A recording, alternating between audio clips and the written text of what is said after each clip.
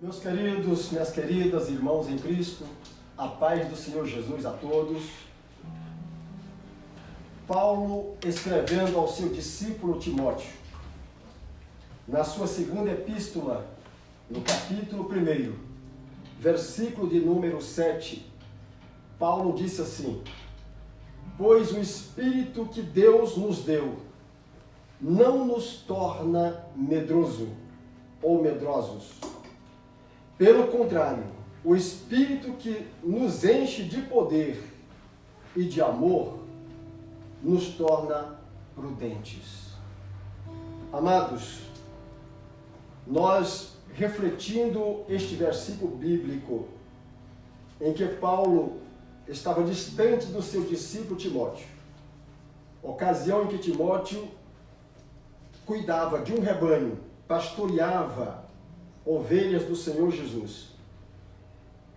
Apóstolo Paulo escreveu este versículo bíblico a Timóteo, além de instruções, levando a Timóteo ânimo, coragem, e para que Timóteo passasse esse ânimo, esta coragem, a todos aqueles que estavam sob os seus cuidados ou o seu pastoreio.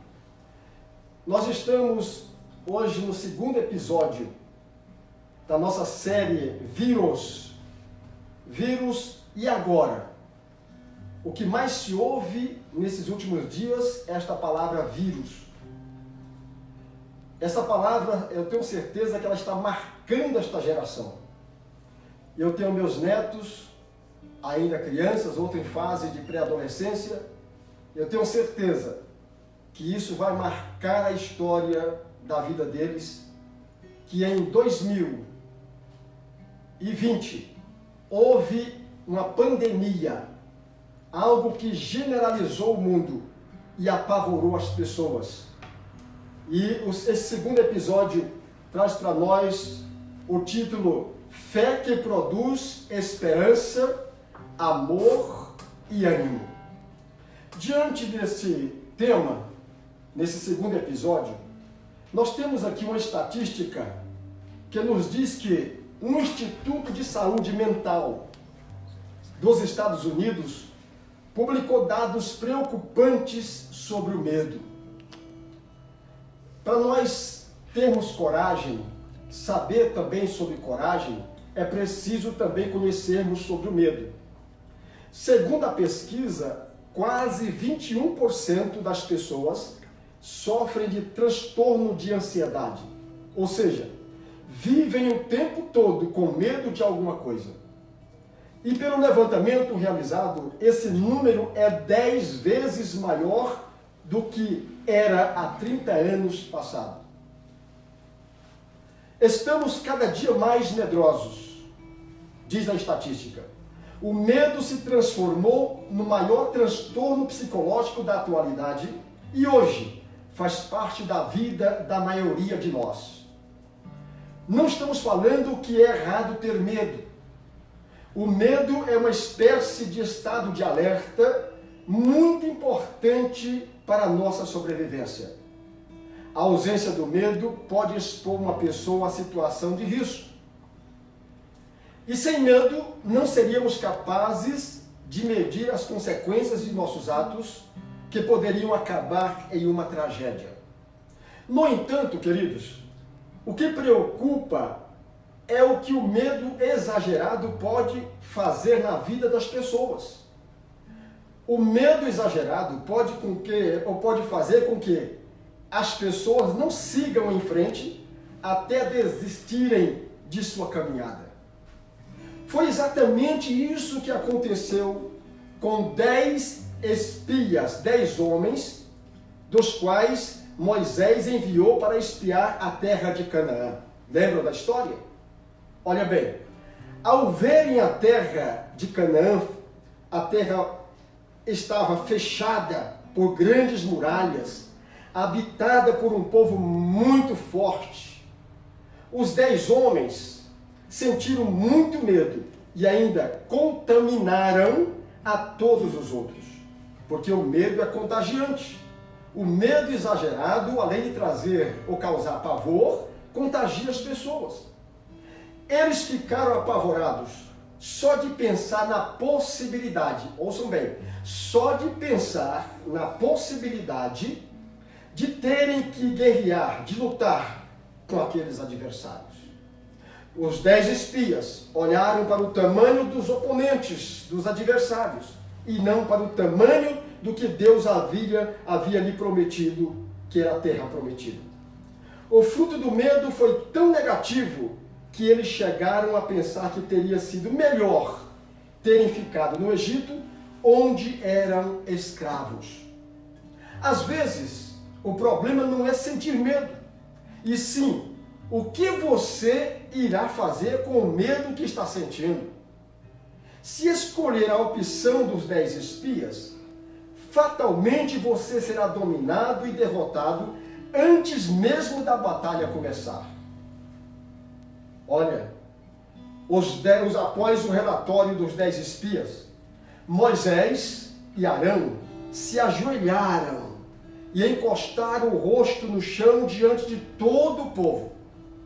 E Josué e Calebe, 2 dos líderes que haviam espionado a terra, rasgaram as suas roupas em sinal de tristeza e disseram ao povo de Israel: a terra que fomos espionar é muito boa mesmo.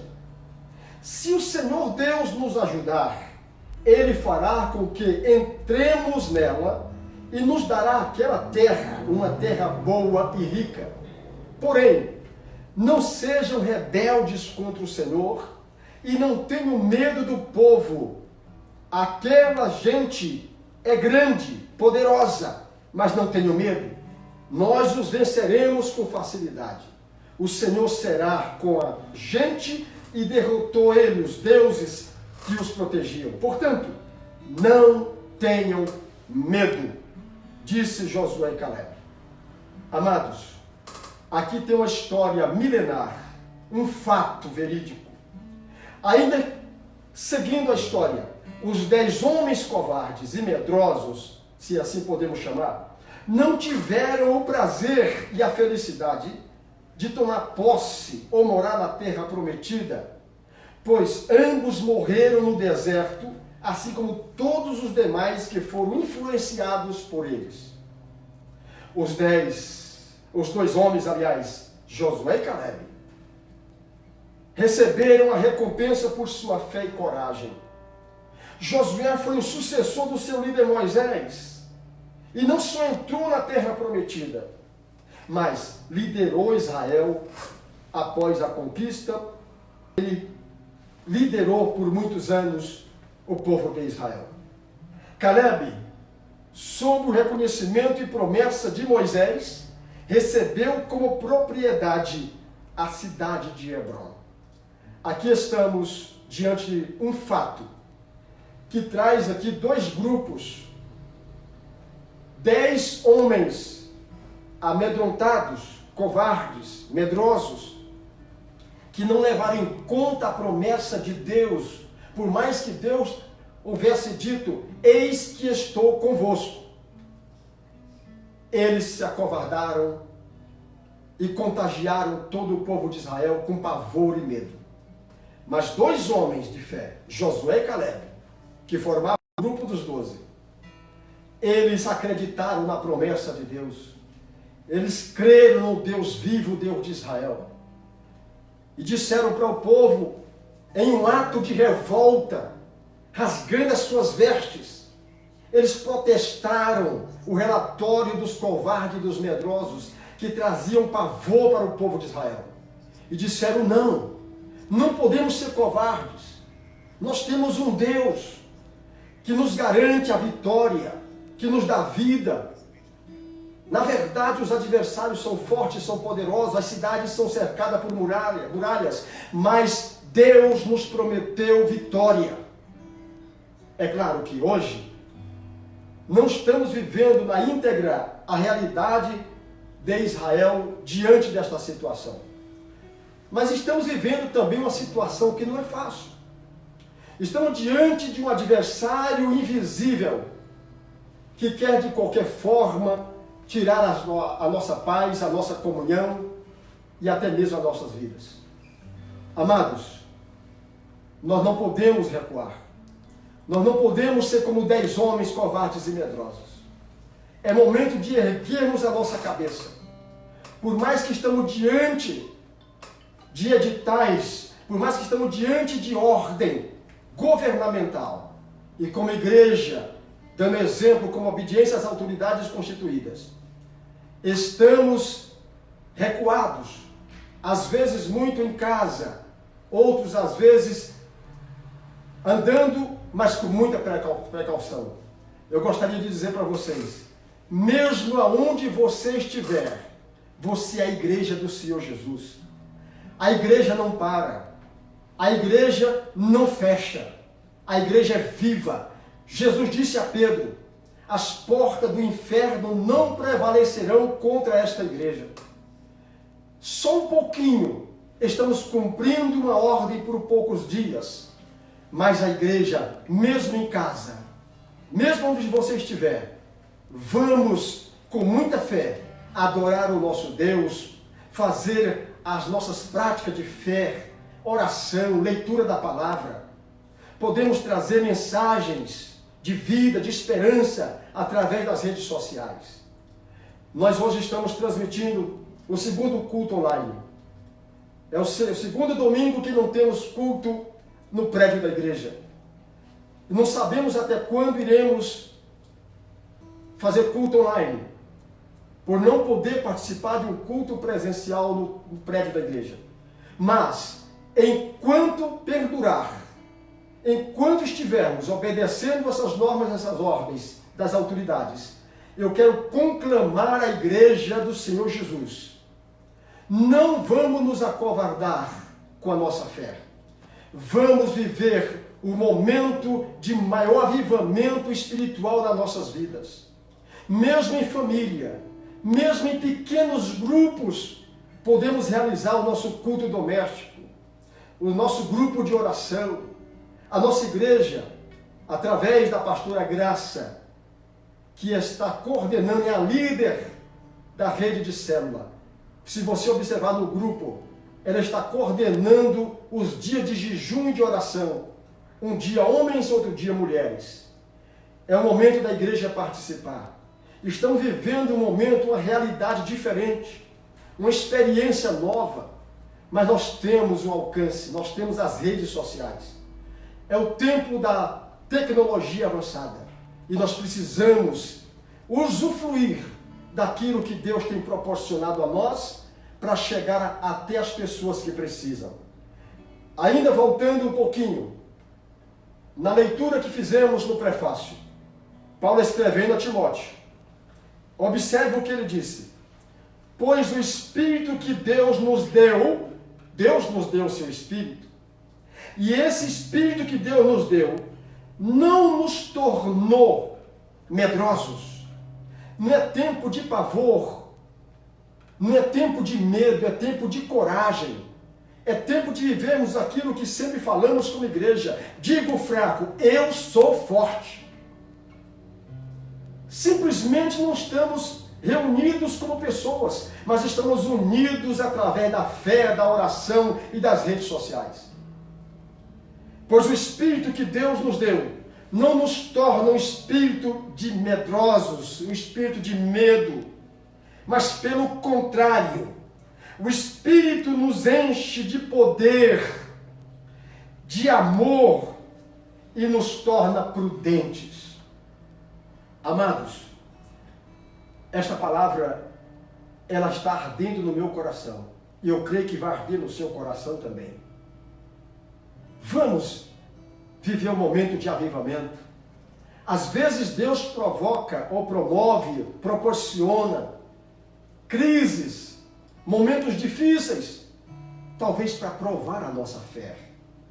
Eu acredito que a igreja, não só brasileira, mas a igreja do Senhor Jesus, na face da terra, está sendo sacudida, está sendo abalada diante de uma situação que vivemos, dessa pandemia do coronavírus, do Covid-19.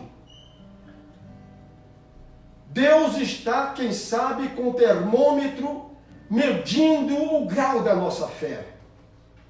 Como que Deus saberá que temos fé, se não vem a aprovação? Então não é tempo de pavor e nem de medo, é tempo de coragem. Eu quero conclamar à igreja a demissão de Goianésia, para que nós levantemos um clamor. O último culto presencial que tivemos no prédio da igreja, lembre que nós oramos para que Deus não permitisse que o estado de Goiás, cidade de Goianésia, a igreja da missão de Goianésia, não fosse acometida do pavor, do medo. Portanto, queridos, mais uma vez digo, quero conclamar todos vocês, vamos formar a nossa corrente de oração. Vamos dar força àqueles que às vezes precisam de mais coragem. É o momento de nós erguermos as nossas vozes, é o momento de erguermos as nossas mãos, é o momento de erguermos a nossa cabeça e dizer que só Jesus salva, só Jesus cura, só Jesus pode nos libertar de pandemia, de crises que estamos vivendo e que hão de vir ainda também. Olha, eu estava analisando esses dias, e eu até compartilhei com alguns colegas da Convenção CADEB, que eu não vejo a hora de nós abrirmos as portas do prédio da igreja novamente e termos o nosso primeiro culto presencial. Eu creio que será memorável. Vai ser um culto de avivamento, um culto de alegria, de abraço fraterno. Vai ser um culto avivado. Porque às vezes Deus proporciona situações como esta para a gente sentir falta um dos outros, sentir falta do calor humano da igreja, para nós sentirmos falta das ministrações, dos louvores congregacional. Às vezes, tinha pessoa que talvez estava enfadado por causa das programações da igreja, mas eu creio que se tivesse pessoa desse nível, eles já estão se sentindo com saudade dos cultos, das células e das reuniões. Amados, que Deus em Cristo nos guarde, que Deus em Cristo nos proteja. Não sejamos como os 10 homens, os 10 espias que foram covardes e medrosos. Como igreja, nunca retroceder, prosseguir. É momento também de nós estar compartilhando uns com os outros as necessidades. Sabemos que há muitas pessoas que não estão trabalhando, os autônomos, os liberais, até mesmo funcionário às vezes sendo mandado para a rua. Às vezes os patrões não têm condições de pagar o salário, mas por quê? Porque está em recessão, tudo fechado.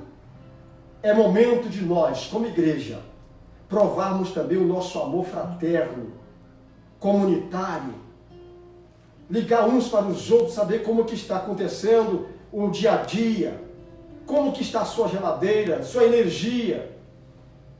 Você está desempregado? É momento de fazermos obra social. Então, isso não é só papel do pastor, é papel da igreja, de todos nós. Vamos unir as nossas forças. Igreja unida jamais será vencida. Uma igreja unida não tem pandemia, não tem vírus nenhum. Porque quando essa igreja se coloca de joelhos e se determina, as portas do inferno não prevalecem, as portas dos céus se abrem. Vamos levantar a nossa bandeira do cristianismo e vamos juntos estar mostrando uns para os outros que o efeito do Espírito que Deus nos deu, ele não promove em nós medo, mas coragem. Promove em nós amor, promove em nós prudência. É Deus, que Deus continue nos abençoando. Aonde você estiver, eu quero orar por você. Eu quero convidar você, Igreja do Senhor Jesus. Você que está, quem sabe, em algum local que não seja na sua casa, pare um pouquinho e eu quero levantar um clamor com você. Eu conclamo a igreja para nós orarmos agora, para que Deus entre com compaixão e misericórdia, e que dentro de poucos dias nós voltemos à normalidade. Os comércios abrem as suas portas, que o Brasil volte a viver e a produzir novamente. Feche os seus olhos aonde você estiver agora. Eu quero orar por você. Eterno e bondoso Deus, Pai de nosso Senhor e Salvador Jesus Cristo. Deus, a Tua palavra fora pregada e ministrada agora. Quando falamos que não é tempo de covardia e de medo, é tempo de coragem, é tempo de esperança. Não é tempo de morte, mas é tempo de vida. Meu eterno Senhor, nós oramos a Ti nesta hora como igreja e pedimos a Tua compaixão e a Tua misericórdia. Sabemos que o que estamos passando neste momento é uma pandemia, algo generalizado no mundo todo. Nós oramos pelo mundo, mas oramos também especialmente pela nação brasileira, especialmente pelo estado de Goiás, por Goianésia e pela nossa igreja da missão. Pai, entra com compaixão e com misericórdia. Dê um basta a esse vírus em nome de Jesus. A última palavra, Senhor, não é dos médicos, dos cientistas, não é, Senhor, das autoridades. A última palavra é do Senhor Jesus. Determina agora, Senhor, um basta. Neutraliza este vírus que contagia as pessoas. Em nome de Jesus, nós não permitimos, como igreja, que nenhum membro da nossa igreja venha ser cometido por esse vírus Covid-19. Nós não aceitamos, nós não permitimos que nenhum membro, Senhor, da nossa igreja venha adoecer, venha ser contagiado por esse mal. Nós oramos pela cidade de Goianésia. Estende as Tuas mãos sobre a nossa cidade, Senhor. Nós sabemos que após esta crise de vírus, virá uma crise financeira. Porque quando se fecha tudo, os comércios e as pessoas não trabalham, acreditamos que é tempo de recessão financeira.